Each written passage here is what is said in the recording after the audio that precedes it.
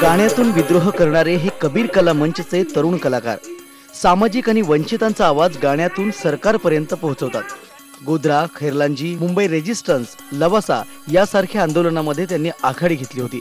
या विद्रोही कवींच्या संघटनेचा माओवाद्यांशी संबंध असल्याच्या आरोपावरून 2006 मध्ये त्यांना काळ्या यादीत टाकण्यात आलं होतं. ढवळा डेंगळे आणि सिद्धार्थ भोसले यांना 2011 मध्ये अटक केली. मात्र उच्च न्यायालयानं त्यांना जामीन दिला. तोपर्यंत कबीर कला मंचच्या इतर कार्यकर्त्यांना पोलिसांनी फरार घोषित केलं. त्यामुळे सचिन माळी, सागर गोरखे, रमेश गायचोरे, शीतल साठे, रुपाली जाधव, ज्योती जगताप हे जवळपास 2 वर्ष भूमिगत होते. अंजना सोनटक्के हिच्यासोबत माओवादाचा प्रसार केल्याचा आरोप त्यांच्यावर ठेवण्यात आला होता.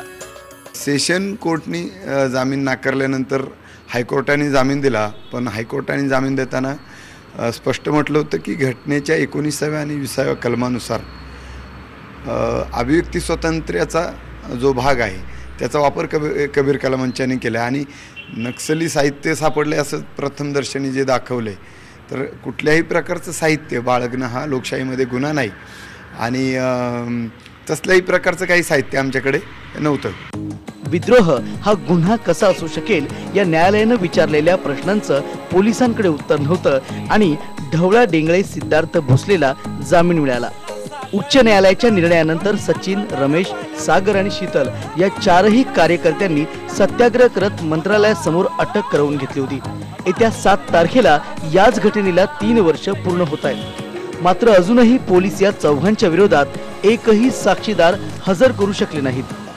2013 साली कबीर कला मंचाच्या ह्या 2 कलाकारांना म्हणजे दीपकला आणि मला 2013ला जानेवारीमध्ये जामीन मिळाली आणि जामीन देताना सुद्धा माननीय उच्च न्यायालयाने असं त्यांच्या जजमेंटमध्ये सांगितलं की कबीर कला मंचाचे कलाकार उलट म्हणजे चांगलं काम करतात. ते जे काय समाजातले वेगवेगळे प्रश्न आहेत त्या प्रश्नांवरती आवाज उठवण्याचं काम करत आहेत. सचिन माळी, रमेश गायचोर आणि सागर गोरखे हे गेले 3 वर्ष कारागृहात आहेत. आता या प्रकरणात मुख्य आरोपी असलेली अंजना सोनटक्के हिलाही सर्वोच्च न्यायालयानं जामीन मंजूर केलाय.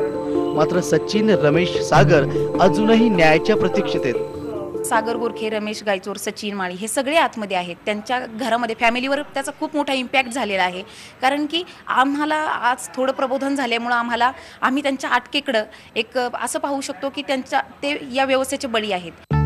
कबीर कला मंचच्या कार्यकर्त्यांना सोडवण्यासाठी येत्या 7 तारखेला गजाआडची संघर्ष गाथा या सचिन, रमेश आणि सागर यांनी लिहिलेल्या कवितांच्या काव्यसंग्रहाचं प्रकाशन करण्यात येणार आहे. एखाद्या विचारधारेबद्दल सहानुभूती असण्याची शिक्षा ही थेट 3 वर्ष कारागृहात काढावी लागतात.